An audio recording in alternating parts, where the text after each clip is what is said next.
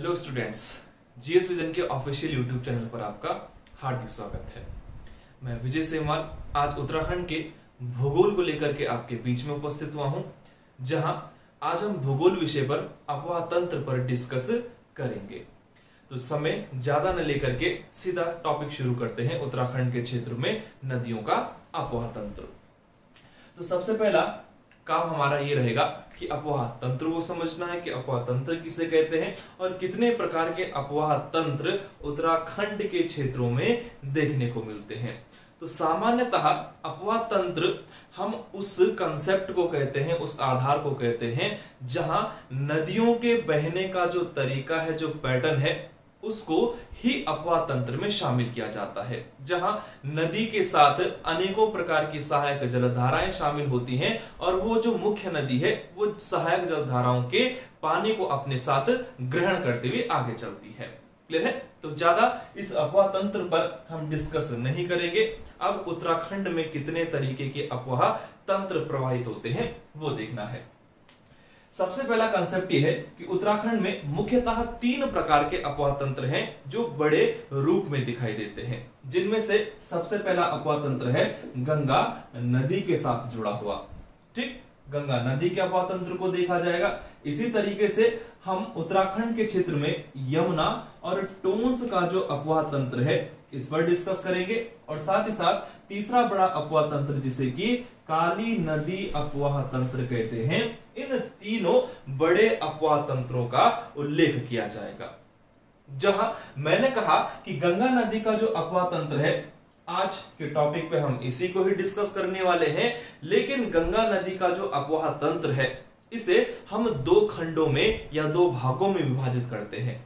जहां पहला भाग इस गंगा नदी अफवाह तंत्र का जुड़ा होता है अलकनंदा के साथ, और दूसरे प्रकार का अफवाह तंत्र भागीरथी के साथ देखने को मिलता है। तो 2 अलग अलग पार्टों में हम गंगा नदी के अफवाह तंत्र को डिस्कस करेंगे। तो आज हम जो मेनली डिस्कस करने वाले हैं, हम अलकनंदा पोर्शन को आधार बनाते हुए, अलकनंदा को आधार बनाते हुए आज का लेक्चर पढ़ेंगे। तो शुरुआत करते हैं कि अलकनंदा का उद्गम कहां से होता है और क्या क्या विशेषताएं हैं इस अलकनंदा अफवाह तंत्र की। ठीक, तो सबसे पहले ये जो अफवाह तंत्र हम अलकनंदा के रूप में देख रहे हैं, इसके उद्गम क्षेत्र की बात करते हैं। तो उद्गम क्षेत्र को हम चमोली जनपद के एक विशेष प्रकार की ग्लेशियर, जिसको कि सतोपंथ की संज्ञा दी जाती है, इस सतोपंथ ग्लेशियर से अलकनंदा का उद्गम करते हैं। इसी सतोपंथ ग्लेशियर के क्षेत्र में एक ताल स्थित होता है, जिस ताल को सतोपंथ ताल कहते हैं। और विशेषता इस ताल की यह है कि इसके 3 कोने होते हैं, त्रिकोणीय है, और एक कोने में माना जाता है ब्रह्मा बैठे हुए रहते हैं, दूसरे में विष्णु और तीसरे में महेश। उत्तराखंड के एग्जामों में ऐसे अनेकों प्रकार के सवाल बन करके आते हैं जो कि उनके कोनों पर आधारित होते हैं। तो सिंपल सा सतोपंथ ताल के 3 कोने हैं। अगला, इसी सतोपंथ ताल के समीप एक ग्लेशियर स्थित होता है, जिसको कि भागीरथी खर्क ग्लेशियर की संज्ञा दी जाती है। इस सतोपंथ ग्लेशियर या सतोपंथ ताल का जलधारा भागीरथी खर्क ग्लेशियर के जलधारा के साथ अलकापुरी नामक क्षेत्र में आकर के समायोजित हो जाती है। यहीं से ही अलकनंदा के जो बहने का स्टार्टिंग पोर्शन है वो तरीका शुरू हो जाता है, और यहां से हम इस अलकनंदा का जो प्रवाह है, जो अफवाह है, उसे हम आगे बढ़ा देते हैं। तो ध्यान से देखिएगा इस अलकनंदा के प्रवाह तंत्र को। अलकनंदा जब इस अलकापुरी के क्षेत्र से आगे बहना शुरू करती है तो उसको हम सबसे पहले एक केशव प्रयाग नाम की लोकेशन में सहायक जलधारा के साथ शामिल कर देते हैं। ध्यान से देखना, मैंने पहली लोकेशन लिखी है अभी अलकनंदा के साथ, जिसे केशव प्रयाग कहा जाता है। केशव प्रयाग का जो हमारे सामने आधार होता है वो माणा के क्षेत्रों में एक देवताल नाम से जगह पड़ती है, जिस देवताल के रत्ताकोना नामक लोकेशन से सरस्वती नदी आकर के केशव प्रयाग में इस अलकनंदा के साथ शामिल हो जाती है। लोकेशन मैंने कहा माणा के क्षेत्र की है, और ताल का यदि उल्लेख देखा जाए तो लोकेशन देवताल की है, जहां से सरस्वती आकर के केशव प्रयाग में मिल रही है। और मिल किसके साथ रही है? तो आपकी नदी मुख्य अलकनंदा है। दूसरा, जब केशव प्रयाग में सरस्वती और अलकनंदा आपस में संगम बना लेती है, समायोजित हो जाते हैं जो दोनों जलधाराएं, तो इस केशव प्रयाग से आगे बढ़ते हुए ये जलधारा अलकनंदा के नाम से बद्रीनाथ के क्षेत्रों में पहुंच जाती है। बद्रीनाथ आपको पता है 4 धामों में से एक महत्वपूर्ण धाम की भूमिका में रहता है, क्लियर है? लेकिन इस बद्रीनाथ के क्षेत्रों की ओर जब अलकनंदा का प्रवाह देखने को मिलता है, तो इसी बद्रीनाथ के क्षेत्र में एक छोटी जलधारा, जिसको कि हम स्थानीय भाषा में गदेरा कहते हैं, ऋषि गंगा के नाम से आकर के शामिल हो जाती है। हालांकि हम एक और ऋषि गंगा का उल्लेख अभी अलकनंदा में और देखेंगे। तो ऋषि गंगा नाम का एक स्थानीय जलधारा, स्थानीय गदेरा बद्रीनाथ के क्षेत्रों के समीप आकर के अलकनंदा में शामिल हो जाता है।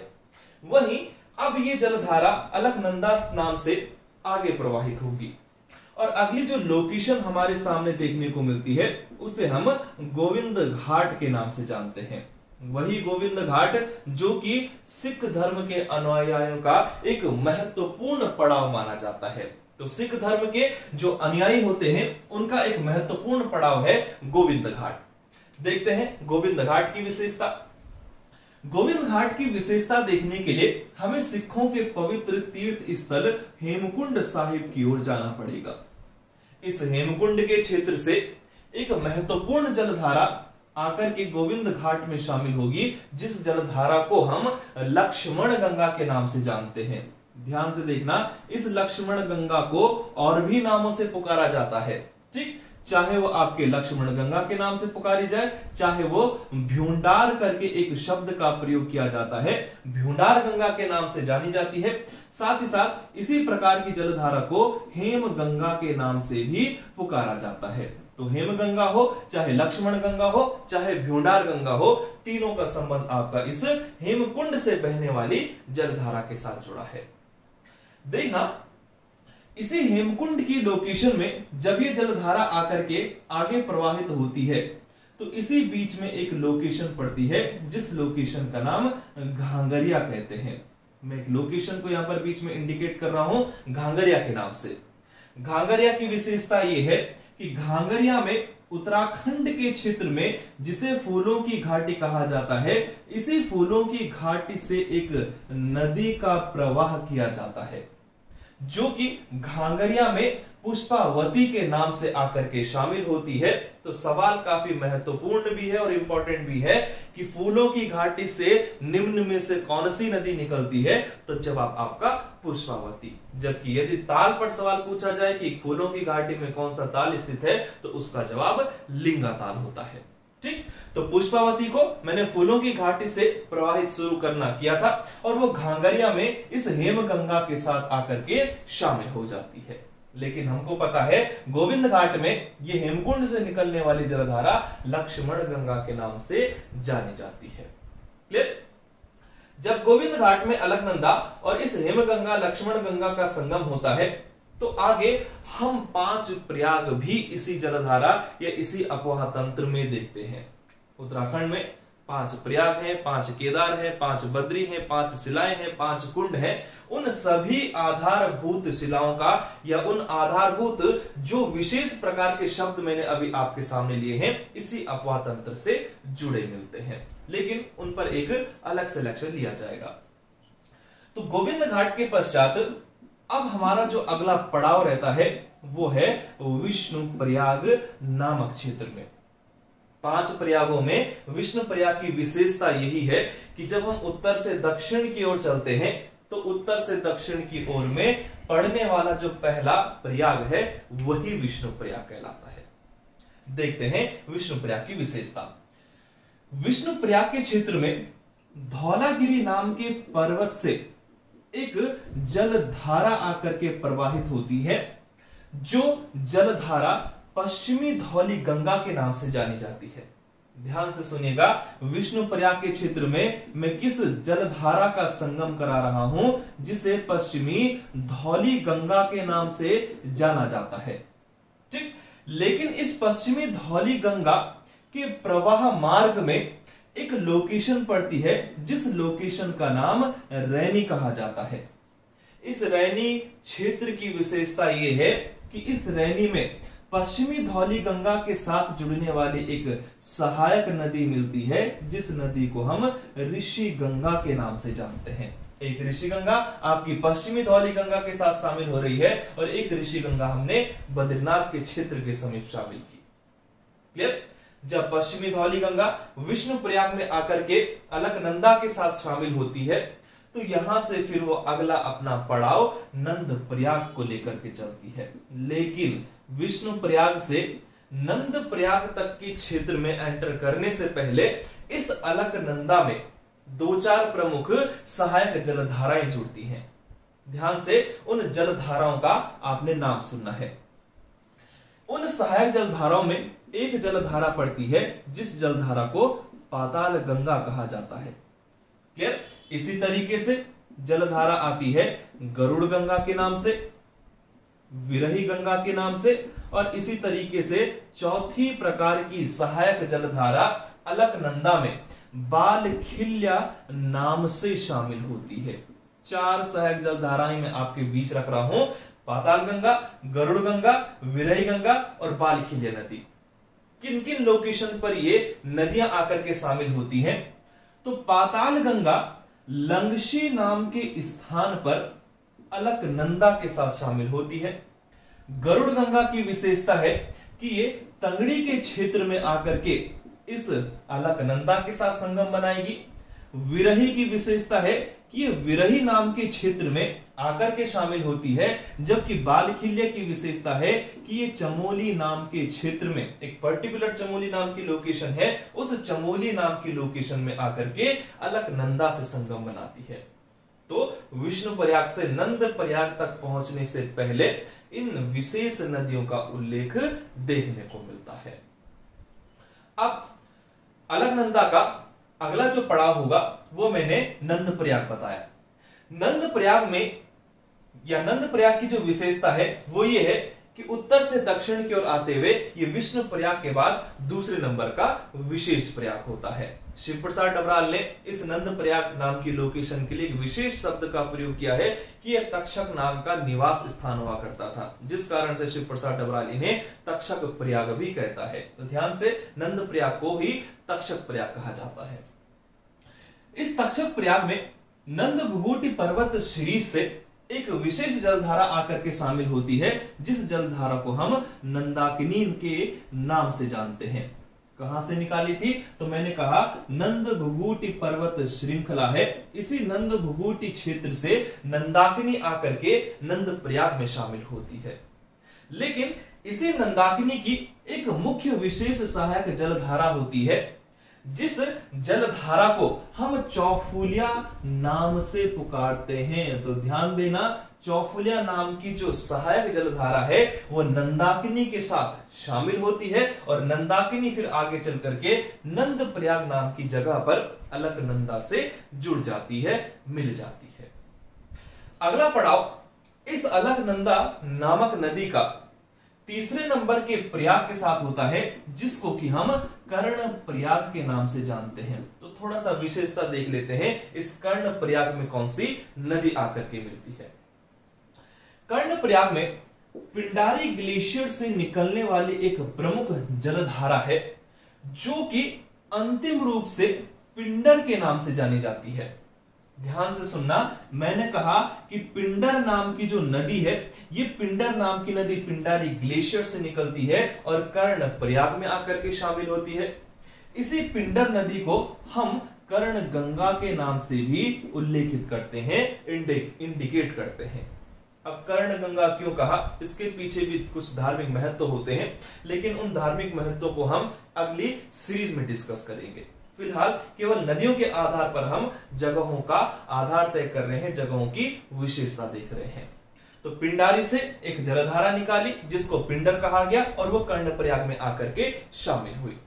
लेकिन पिंडारी से निकलने वाली जो पिंडर नदी है, इसके साथ भी एक दो विशेष प्रकार की सहायक जलधाराएं आकर के शामिल होती हैं, ठीक, जिसमें से एक जगह का नाम जिसको कि मैं सिमली कह रहा हूं, यहां पर शामिल होगी, और दूसरी लोकेशन जिसको कि देवाल कहा जाता है, इस देवाल के क्षेत्रों में दूसरी सारी जलधारा आकर के शामिल होगी।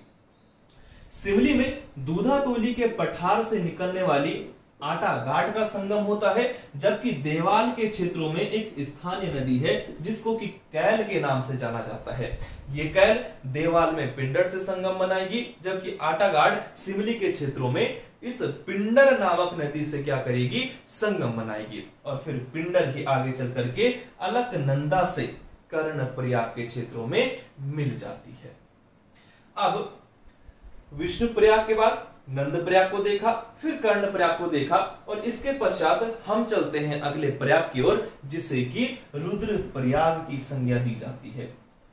अब रुद्रप्रयाग नाम की जो लोकेशन है, इस लोकेशन में जो सबसे महत्वपूर्ण जलधारा आकर के शामिल होती है, उसको हम मंदाकिनी नदी के नाम से जानते हैं।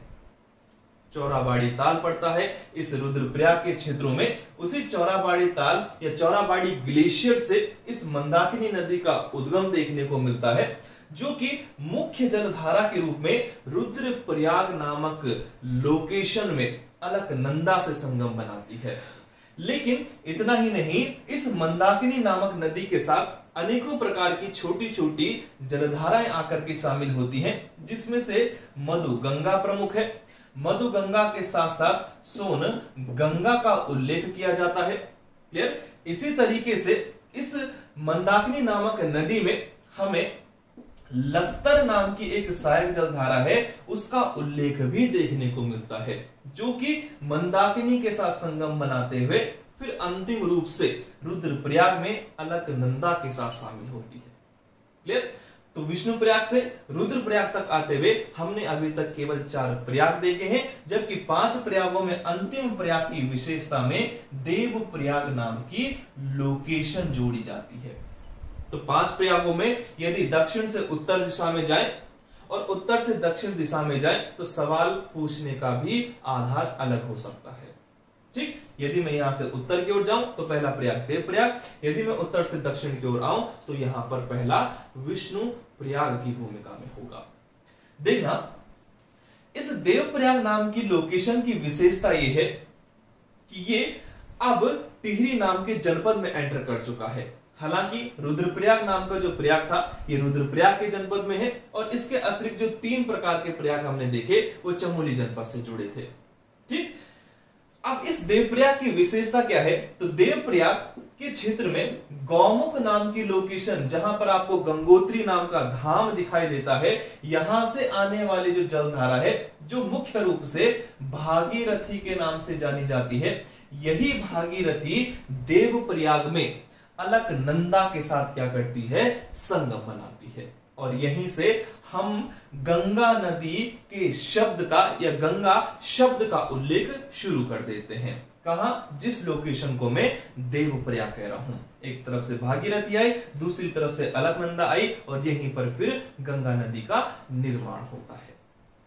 देखना, देवप्रयाग नाम की जो लोकेशन है, इस लोकेशन में दोनों विशेष प्रकार की जलधाराएं आपस में मिलती हैं, और यहां पर इनके मिलने पर भी सवाल आता है।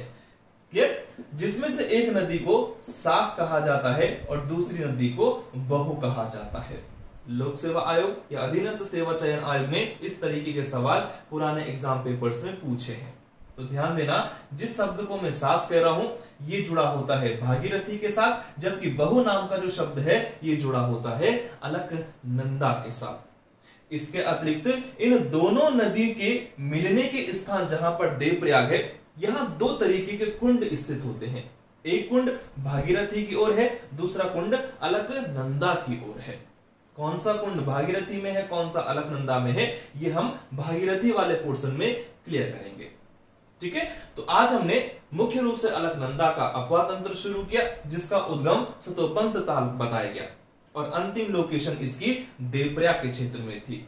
इसके साथ साथ हमने अलकनंदा के अपवा तंत्र में 5 प्रयागों का उल्लेख देखा, जिसमें से 3 प्रयाग चमोली जनपद में, एक रुद्रप्रयाग में, और अंतिम प्रयाग आपका टिहरी जनपद में स्थित था। तो आज के लिए फिलहाल इतना ही, बाकी हम नेक्स्ट वीडियो में डिस्कस करेंगे। धन्यवाद।